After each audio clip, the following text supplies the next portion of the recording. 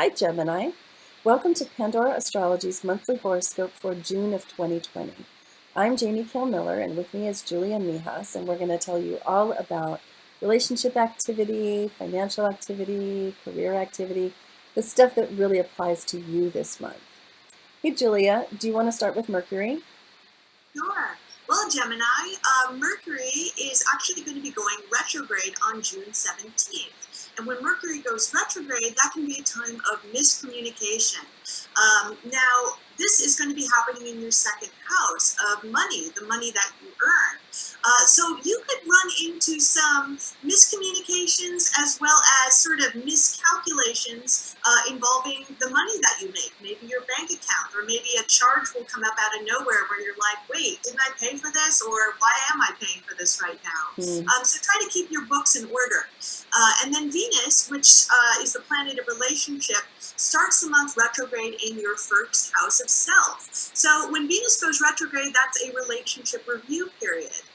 And in your first house, you could be reviewing how your identity is within your partnership, whether your identity is fully being expressed in your partnership the right way.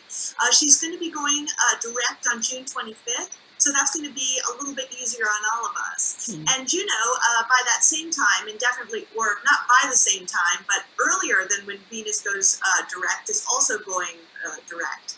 So the relationship retrospection period that we've all been going through is going to be really easing up. And then Mars starts the month in the sign of Pisces, which correlates with your 10th house of career. So wherever we have Mars is where we put our drive and activity, but where we can also be a bit more prone to getting into conflict. So you are going to be working like crazy either on your career right now or trying to think ahead about what type of career you'd like to put together for yourself. And this transit can also mean you might run into some conflict with authority figures because they're also represented by the 10th house. But then June 27th, Mars is going to be entering Aries, and it's going to be moving into your house of friends and long-term goals where you're going to be applying all of your Mars energy. And what else do you see going on this month, Jamie? Gosh, I'm just feeling for all of the Geminis who've been going through Venus retrograde in Gemini, and how nice it is, to have that retrospection be over and for us to feel like relationships can begin to move forward again. That's so awesome.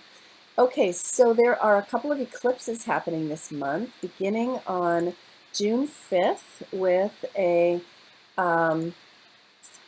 lunar eclipse in Sagittarius, which is falling across your relational axis with the sun in your first house, because it is birthday month for you, right?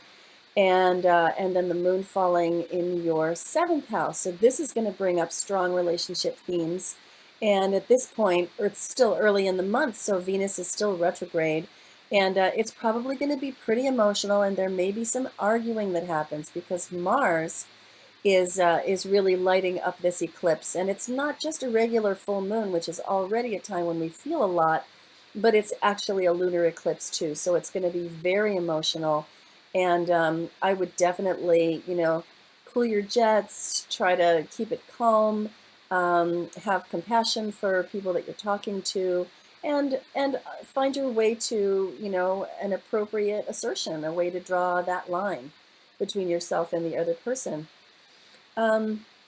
So then the other eclipse is coming up later in the month, and that is the solar eclipse happening on the 20th, depending on your time zone, of course, and that is going to fall early in Cancer, right here in your second house, which is a house of finances and security.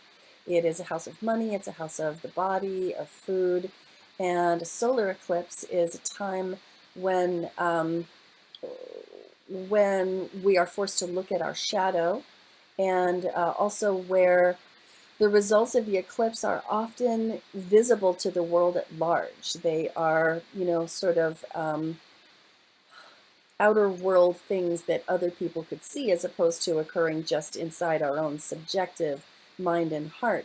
So this could stir up some financial challenges for you that that other people can see you going through. And the best way to handle it is to just manage your financial shadow. Take a look at the stuff about your money and how you run your money that, that you don't usually like to look at.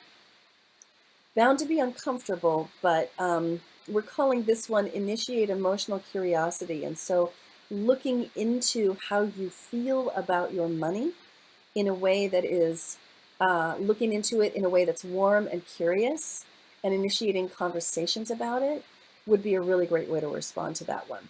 Now, the third thing I want to tell you about is this hot degree that was formed by Saturn and Pluto in January. And this is um, a result of Saturn and Pluto forming a conjunction during January of 2020. They did so in 22 degrees of Capricorn, which falls right here in your 8th house. And this is, I believe, the degree of the coronavirus pandemic. And it is being triggered several times this year by both Jupiter and Mars, and we can absolutely expect flare-ups of the pandemic and lots of anger about it. And so knowing where this falls in your chart and where it's likely to impact you is useful information. So because it falls in your 8th house, it's likely to land in the arenas of sexuality, death, death and rebirth, transformation and metamorphosis, and also shared finances and trust. So your experience of the pandemic may be mostly captured in those realms of life. And the other video that we have made about this, about the pandemic and its hot degree, you'll find it in the 2020 news playlist on our YouTube channel, Pandora Astrology, and there you can find out more about when those flare-ups are likely to occur. And that's what we have for you, Gemini. I hope you enjoyed it. If you wanted a reading, you might want to get a mission orders reading, which is going to give you a lot more information about career and finance. Or if you want to work on those relationship issues that Venus retrograde and Juno retrograde have brought up in the last couple of months, then a lifelong love reading would be the right choice for you. And we'll see you next month. Take care. Bye.